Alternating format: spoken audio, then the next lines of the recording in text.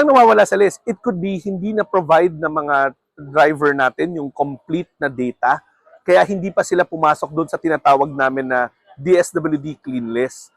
Kasi oo, lahat tayo, active tayo, nasa mga TODA tayo na mga database, yun siguro yung tinutukoy na original na list. Yun nasa roster ako or nasa talaan ako ng aking TODA bilang active TODA. Pero tatandaan natin, merong DSWD list na hinahango doon, pero malalagay ka lang sa clean list pag kompleto yung yung detalye mo.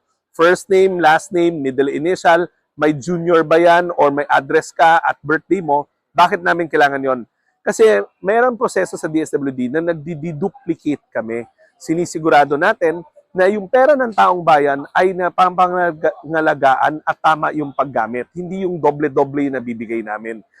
Kasi cargo na namin yan, pananagutan na namin yan.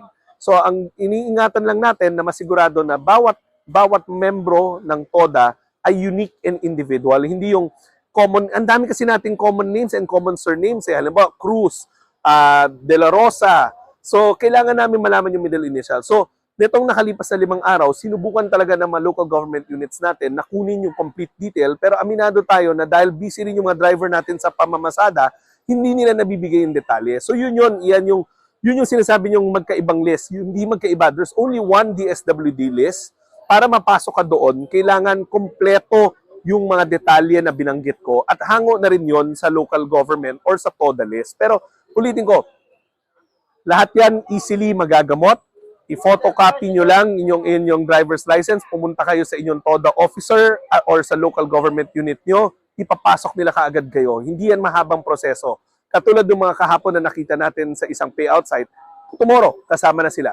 Dito sa payout site na to, meron din mangilan-ngilan, ipapasok rin natin sila at tomorrow, nandyan na sila sa payout.